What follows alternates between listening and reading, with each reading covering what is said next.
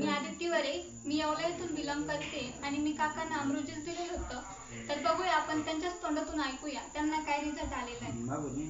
नमस्कार, माझे नाव गणेश मधुकर वरे, पुरणगाव, तालुका येवला, जिल्हा नाशिक. माझे वय 34 आहे.